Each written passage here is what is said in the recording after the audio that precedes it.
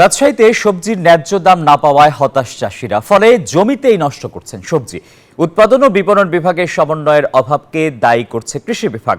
অন্যদিকে সঠিক প্রশিক্ষণের অভাবে উৎপাদন ও চাহিদার ভারসাম্য বজায় রাখতে না পারায় এমন বিপর্যয় বলে মনে করেন বিশেষজ্ঞরা। রঞ্জু মাহমুদের ক্যামেরায় মতিউর মুর্তজার পাঠানো তথ্যে ডেস্ক রিপোর্ট। রাজশাহীর পবা উপজেলার কৃষক নজরুল ইসলাম প্রায় ৮০,০০০ টাকা খরচ করে ১ বিঘা জমিতে ফুলকপি চাষ করেছিলেন। বাজারজাত করার খরচের থেকে দাম কম হওয়ায় জমিতেই তিনি ফুলকপি নষ্ট করতে বাধ্য হচ্ছেন। কবি নেওয়ার লোক না, কেউ খাইছে না।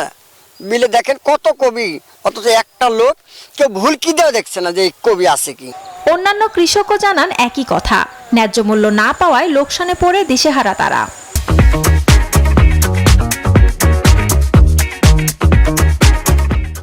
বেড়ে তুলছি না, যেটা লস।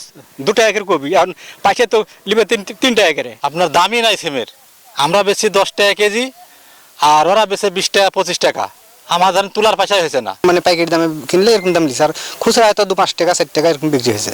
কৃষকের লোকসানের কারণ হিসেবে কৃষি অধিদপ্তরের উৎপাদন ও বিপণন বিভাগের সমন্বয়ের অভাবকে দায়ী করলেন এই কৃষি কর্মকর্তা। মার্কেটিং যে কৃষি বিপণন অধিদপ্তর আছে তাদের সাথে আমরা মানে এটা যদি আরও হয় সেক্ষেত্রে আমাদের মার্কেটটা ডেভেলপ হবে। কৃষি যারা কৃষক আছে, প্রান্তিক কৃষক, ক্ষুদ্র কৃষক, এক পর্যায়ে যারা কমার্শিয়াল চাষি, তারা কিন্তু আরও লাভবান হবে। বিশেষজ্ঞদের অভিমত, এমন বিপর্যয় এড়াতে কৃষক ও কৃষি কর্মকর্তাদের প্রশিক্ষণের মাধ্যমে চাহিদা ও যোগানের ভারসাম্য নিশ্চিত করতে হবে। কৃষককে প্রশিক্ষিত করতে হবে যে একটি ফসল এক সময় বপন না করে একটা টাইম সোয়িং গুলো পরিবর্তন এনে বিভিন্ন সময়ে রোপণ করলে ওই ফসলগুলো একটু আকপাচ করলে পারে সরবরাহটা নিশ্চিত করা যায়।